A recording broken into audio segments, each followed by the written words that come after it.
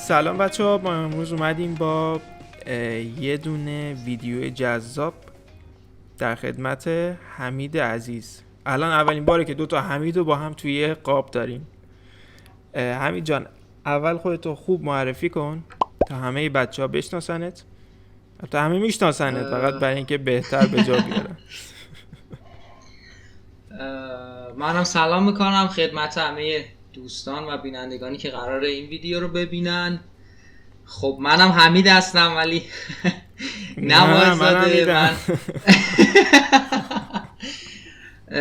منم حمیدم ولی از نوع بهرامیش. همیشه که از آرزوام بود که با یه حمیدی که از نوع بهرامی صحبت کنم. خب به آرزو رسیدی، به تبریک میگم. بخوام خودم رو بیشتر معرفی کنم که عزیزمی، توی بحث نرم افزاری من حدود 7 ساله که نرم افزار کار میکنم. شروعم با نرم افزار اسکچاپ بود، چون معماری خوندم. معمولا بچه‌ای که معماری میخونن همه به این سمت کشیده میشن و اول با اسکچاپ شروع میکنن. آره. بعد از یه مدت که اسکچاپ جواب نیازایی که داشتم رو نمیداد، اومدم یوزر نرم افزار 3D Max شدم و بعد از اون وارد بحث درآمد دلاری شدم. با مجموعه آپ استودیو آشنا شدم، وارد بحث درآمد دلاری شدم. جزء اولین افرادی بودم که حالا بخوام یه خاطره بگم از این که من چطوری به این سمت نرم افزار اسپیکتری و کلا آموزش دادن نرم افزار کشیده شدم. من جزء حالا اولین افرادی بودم که دوره مستر مدلینگ آقای کمباری رو تهیه کرده بودم. من میرفتم مارکت ها رو آنالیز میکردم، میدیدم که گلوگیا، کاتگوری گلوگیا چقدر پرفروش و خوبه و همیشه یه باگ تو ذهنم بود که اینا رو چطوری میشه ایجاد کنی. این گلوگیا ها رو ما چطوری میتونیم بسازیم. خب یه چیز خاصم بود، ندیده بودم جای کسی این کار رو انجام بده. اولش با پلاگین گرافیکس آشنا شدم که خب برای ما ایرانی‌ها یه هزینه خیلی زیادی داشت، قابل استفاده نبود برای ما تقریبا. حالا من یه جورایی استفاده میکردم اما برای عموم آزاد نبود.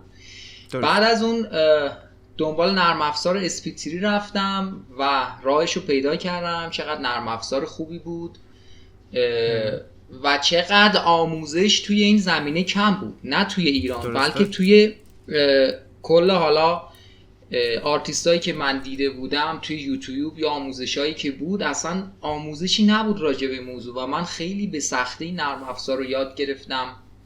هلپ نرم افزار رو خوندم با آزمون و خطا و این شد که من این نرم افزار رو یاد گرفتم. حالا از من درخواست شد که این نرم افزار رو تدریس کنم و از اینجا دیگه حالا وارد بحث آموزش دادن نرم افزار شدم. درسته. این یه کلیتی بود، حالا گفتم اولش توضیح بدم. قربونت، دمت گرم. من اینجا که داری صحبت میکنی خیلی ریز دارم لایت میکس رو تغییر میدم. یه احساس میکنم یه مقدار اینور سر صورتم سوخته، دارم تمپرچرش رو تغییر میدم. چاکرت. خب یه طرف کلا آبی شده، یه طرف هم الان آبی، یه طرف هم قرمز زرده. یه چیزی رو بهم بگو، این که تو روز اولی که شروع کردی استارت، تو با یه سال خیلی کلیشه‌ایه البته، روز اولی که شروع کردی با اسکچاپ آیا پکیج خاصی رو دیدی یا نه مثلا همجوری سلف استادی بود؟ چون من خودم هم روز اول که اسکچاپ شروع کردم هیچی ندیدم، همجوری بازی کردم تا به یه چیزایی رسیدم. اوایلش که من یه دوست خیلی نزدیک داشتم، ایشون با این نرم افزار کار میکرد، کلا ایشون منو به سمت این نرم افزار برد. یه سری اصول خیلی خیلی ساده در این حد که شما با این ابزار مدادی که داری میتونی لاین بکشی، میتونی اینا رو به هم تبدیل کنی. صفحش این اون موقع ویریش هم فکر میکنم ویره نسخه 2 بود، یه مقدار خیلی منوها عجیب غریب کرکری باز میشد. آفرین، آره برای شرکت گوگل بود.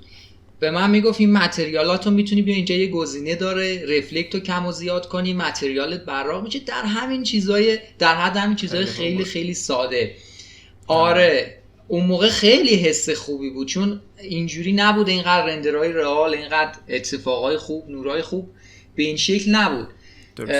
من اونجا آشنا شدم و یه سری چیزا رو شروع کردم. بعد اومدم توی بحث مدل سازی آشپزخونه و این موارد کار کردم. اون دوره یه آقایی بود که دوره اسکچاپ میفروخت. من دوره ایشونو تهیه کردم، ولی خب واقعا دوره خوبی نبود، یعنی چیزی به من اضافه نکرد. ولی خب حالا به هر حال پرسیدی دوره، آره دوره ایشونو تهیه کردم، اما خب دوره مناسبی نبود واقعا. بعدش دیگه خب دقیقاً این آره بقیهش به صورت خودآموز پیش رفت. دیگه یاد گرفتی وقتی که خود راهشو یاد بگیری، به قول معروف میگم وقتی یاد بگیری چه جوری سرچ کنی دیگه تمومه دیگه اونو تو همه دقیقاً همین مسیر تو همین مسیر رو میبری جلو. یه لحظه صبر کن، اینجا کلیپ چیز میشه در میاد. من یه مشکل دارم با این LED لایته، اونم اینه که داره اذیت میکنه. احساس میکنم ماشینی گشت اومده بگیرد، همینجوری ششمک میزنه. گرفتن ما رو. اوکی. خب سالهای زیادی بود ازت پرسیده شده بود، خب خودت که استوری کرده بودی، خب بعد اختیار ما گذاشتی و ما مثل سوالا گرفتیم. خیلی ها در مورد متاورس سوال کرده بودن، اصلا در این مورد قرار بود چیزی بگی یا نه ایگنورش کنیم بریم سراغ بقیه سوالای دیگه که داریم؟ ببین بحث متاورس از اونجایی شروع شد که من یه جاب آفر خیلی خوب گرفته بودم از کشور دشمن. یه جاب آفر خیلی خوب گرفته بودم توی زمینه متاورس. اصلا قرار نبودین حالا به شکل عمومی بهش پرداخته بشه. آقای کمباری اینو استوری کرد و بچه‌ها حمله کردن به من، هجوم آوردن که آقا چطوری شده، اصلا چیه این بحثه، یه سری اطلاعات بده. و دیگه حالا منم چون بچه‌ها خیلی درخواست داشتن یه پرسش پاسخ گذاشتم، یه سری اطلاعات رو دادم. اینجا هم حالا اگه فرصتش باشه یا مایل باشی آره میتونیم راجع به موضوع هم صحبت کنیم. آره حتما. خب قضیه چیزو بهم میگی، من چون همزمان دارم سوالایی که اومده رو دارم چک میکنم اینجا. میتونی در مورد همین قضیه جاب آفر توضیح بهم بدی؟ البته میدونی ما الان خیلی داریم جسته گریخته میریم جلو، یعنی هیچ چارت خاصی براش در نظر نگرفتم برای سوالایی که اومده. برای همین هر جایی که هر چی که خودت احساس میکنی که نیازه، یعنی قبلش نیازه که اینو بگی بعد اونو بگی، حتما این کارو بکن. خب من یهو داشتم سوالا نگاه میکردم، این متاورس خیلی زیاد تکرار شده بود، هیجان زده شدم، گفتم که اول در مورد این بپرسم. ولی اگه خودت میخوای الان توی پروسه بعد از اون که اسکچاپ رو یاد گرفتی یه زمینه دیگه ای رو بگی تا برسیم به اون قضیه، میتونی اول اونو بگی اگه احساس میکنی که نیاز هستش که اول در مورد اون قضیه صحبت کنی. ببین اگه بخوام با یه تیر رو نشون بزنم، اصلا این بحث متاورسه یا همون قضیه‌ای که برای من پیش اومد توی بحث نرم افزاری، یعنی یه جوری زندگی حرفه من به 2-3 تا بخش تقسیم میشه. یه بخشی که خب با اسکچاپ شروع شد، یه بخشی که اومدم یوزر مکس شدم. اوج این موضوع برمیگرده به تایمی که من از نرم افزار 3D Max سویچ کردم به نرم افزار بلندر.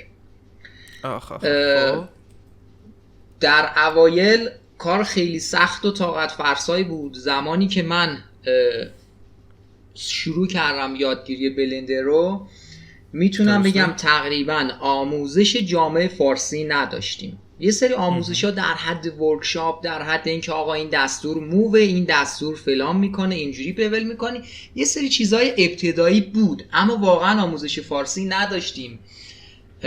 و من یه فرصت کوتاه رو داشتم، در حد 3 تا 6 ماه باید این نرم افزار رو یاد میگرفتم. یعنی یکی از سخت‌ترین تایم‌های زندگی من این 3 تا 6 ماهه بود که مجبور بودم با آموزش‌های یه مسئله پیش اومده بود، حالا نمیتونم به اون ورود کنم، باید من اینو 3 تا 6 ماه یاد میگرفتم. بهت گفته بودن که اگه تا 3 ماه دیگه یاد نگیری بهت زن نمیدی. آره مجبور بودم اینو توی تایم خیلی کمی انجامش بدم، چون این به من پیشنهاد شد که آقا میتونی نرم افزار رو یاد بگیری. منم گفتم که بله. گفتن چه تایمی؟ پروبازی درباریم گفتیم زود یادش میگیری، من زمینه نرم افزاری دارم. یه جوری حرفم زده بودیم دیگه، توی این حرفه مونده بودیم. حمید باورت نمیشه این 3 تا 6 ماه من شبا که میخوابیدم ساعت 1 که سیستمم خاموش میکردم میخوابیدم، تا صبح تو فکر این بودم که این مدل رو من چطوری تو بلندر اینجوری کنم، اینو چطوری اونجوری کنم. یعنی حتی شبا من با این که تایم استراحتم بود اما بازم فکرم درگیر این بود.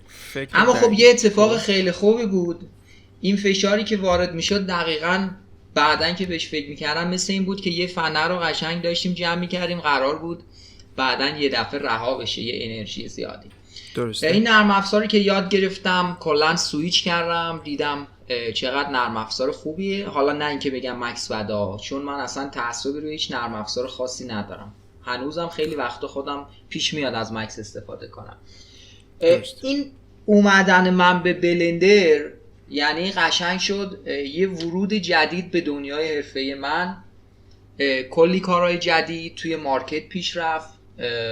بعد از این باعث شد من دوره بلندر بدم، تونستم خیلی ها رو همراه خودم کنم توی دوره بلندر. حدود 1000 نفر رو تونستم با خودم ببرم به این سمت، حداقل از سمت من 1000 نفر وارد شدن. این خیلی حس خوبی بود. درسته. و این بحث متاورس هم یکی از دلایل اصلی که به من پیشنهاد شد این بود که من بلندر کار بودم. خیلی نکته مهمیه، چون بلندر حالا نمیدونم خودت اطلاع داری یا نه، ورک اسپیس های خیلی زیادی رو با هم دیگه داره. یعنی شما میتونی مدل کنی، رندر کنی، آن رپ کنی، اسکالپ کنی، چیزی که بقیه نرم افزارا با هم ندارن. میتونی تصویرسازی 2 بعدی رو توی فضای 3 بعدی داشته باشی، میتونی ویدیو ادیتینگ داشته باشی، سرورگ یا ورک اسپیس کامپوزیتینگ رو داره. اومده مجموعی از ابزارها و ورک اسپیس ها رو با هم دیگه به کاربرش داده و همین جاب آفر دنبال شخصی بودن که با نرم افزاری کار کنه که توی یک نرم افزار بتونه بیشتر نیازاشون رو برطرف بکنه. این یکی از چیزایی بود که یکی از دلایلی بود که به من پیشنهاد شد این بحث متاورس. موضوع بعدی توی همون پرسش و پاسخی که سوالاشو من در اختیار قرار دادم، من زمانی که پرسش و پاسخ تموم شد میخواستم یه استوری بذارم، از شدت ناراحتی دوباره گفتم آقا ولش کن، اب نداره. بچه ها فقط به این قضیه نگاه میکردن که آقای بهرامی چطوری جاب آفر گرفتی، درآمدش چقدره، ما چطوری بیایم وارد این کار بشیم. خب اما به این فکر نمیکردن که آقا متاورس اصلا یعنی چی، اصلا کارا تو این زمینه چیه، چطوری اصلا مدلاشون چیه، اصولی که باید رعایت بشه چیه. یعنی حتی زحمت اینو به خودشون نمیدادن که تحقیق کنن. دومین دلیلی که من این جاب آفر متاورس بهم رسید این بود که توی مجموعه یا افرادی که دور اطراف ما بودن، تنها شخصی که تایم خیلی زیادی رو، حتی بعضیا بهم میگفتن بیهوده این تایم تو داری هدر میدی، صرف این که کلا NFT چیه، قوانینش چیه، متاورس چیه، دنیاهای متاورسی چیه، مدلاشون چیه، قوانینشون چیه. من خیلی تایم زیادی رو برای این موضوع گذاشتم. واقعیتش خودم هم فکر نمی کردم که یه روزی به کارم بیاد. از روی علاقه شخصی این کار رو انجام میدادم. اما این جاب آفر که به من رسید گفتن که آقا ما نیاز داریم، اینجوری تحقیق کردیم شما بلندر کار میکنی و یه رابط ایرانی داشتیم که ما رو به همدیگه متصل کرد، منو به عنوان بلندر کار معرفی کرده بود. زمانی که رفتیم توی جلسه شروع به صحبت کردیم، من راجع به متاورس بیشتر از خود اون افرادی که توی اون شرکت بودن اطلاعات داشتم. درسته. یعنی اطلاعاتی که من میدادم اونا قشنگ دهنشون باز میمون که خب نه این مشخصه، علاوه بر این که حالا یه آرتیست یه شبیه ساز 3 بعدیه این اطلاعات هم داره، خیلی خوبه. همین اینا هفته 1 بار با من جلسه میذارن، فقط این کارهایی رو که میخوام بکنن شاید اصلا به من مربوط نیست، میان میگن که آقا اطلاعاتمون رو شیر کنیم، یه ایده رو بپزیم، بهترش کنیم.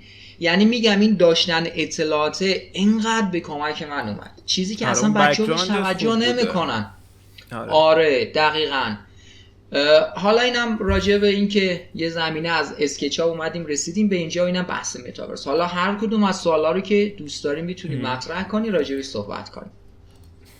سوال پرسیدن که تو رابطه هستی یا نه؟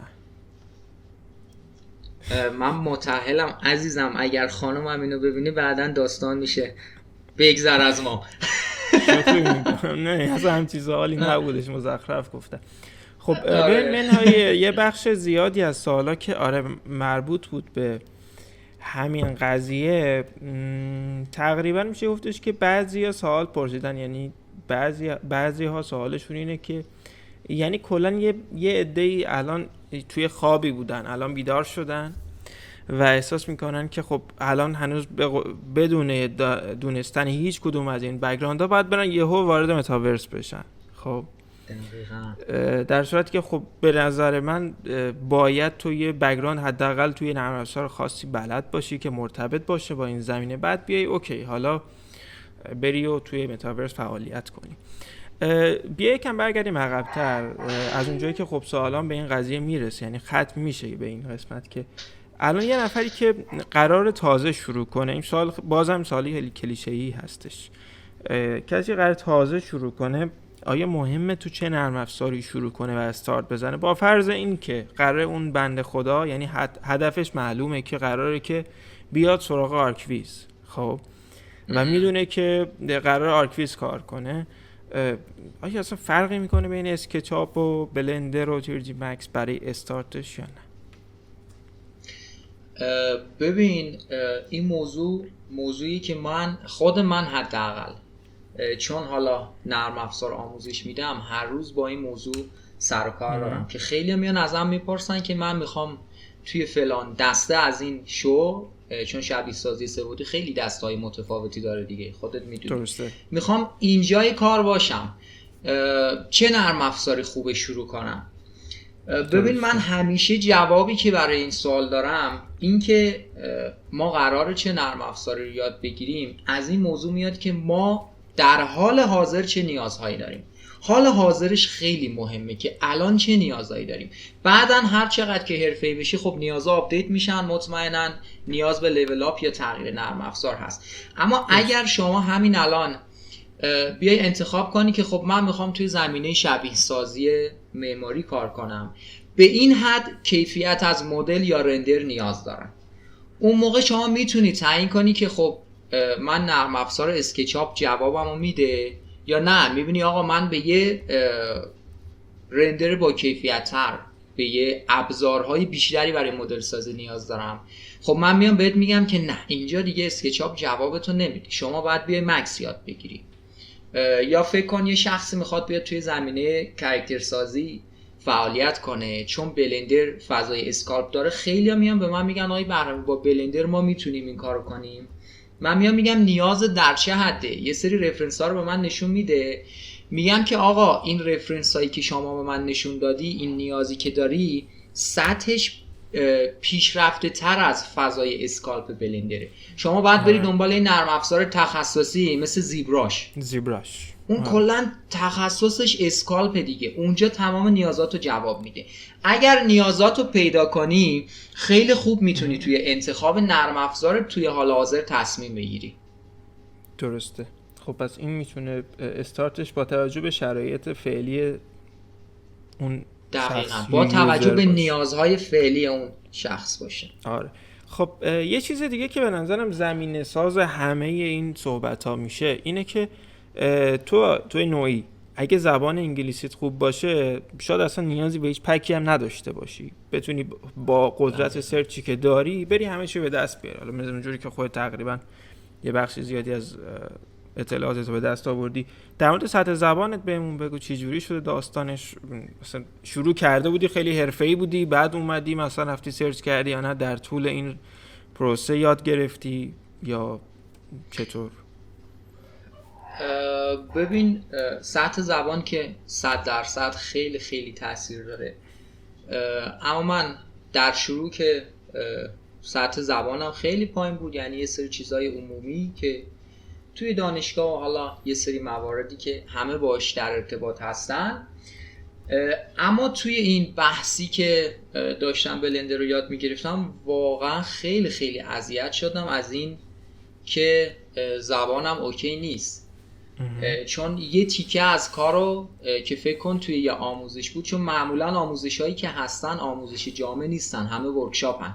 ورکشاپ هم که نمیاد از پای توضیح بده دیگه، طرف میبینی میاد یه کار رو انجام میده و میره. منی که مبتدیم اون دستوره رو اصلا بلد نیستم. برای این کار من مجبور بودم که فکر کن طرف مثلا بهت میگم میومد یه کلید ترکیبی میزد به ولو انجام میداد، بعد من یک ساعت باید یک ساعت باید اینو میبرم عقب خدایا این چی کار کرد؟ آره این چی کار کرد؟ این بول اتفاق افتاد. من که میام بعد برم توی نوار ابزارا بول کنم، این چطوری بول کرد؟ این منو خیلی اذیت میکرد. تا اینکه بعد از این قضیه اومدم حالا یه مقدار سطح زبانو بردم بالاتر، حالا هم از لحاظ این که خودم متوجه بشم، هم از لحاظ این که بتونم تا حد خیلی معمولی کارم رو راه بندازم. الانم هنوز به صورت حرفه‌ای نمیتونم صحبت کنم، اما خب کلاس‌ها رو دارم میرم، یعنی هنوز دارم ادامهش میدم. آره هفته 2 تا 3 جلسه من کلاس زبانم رو ادامه میدم.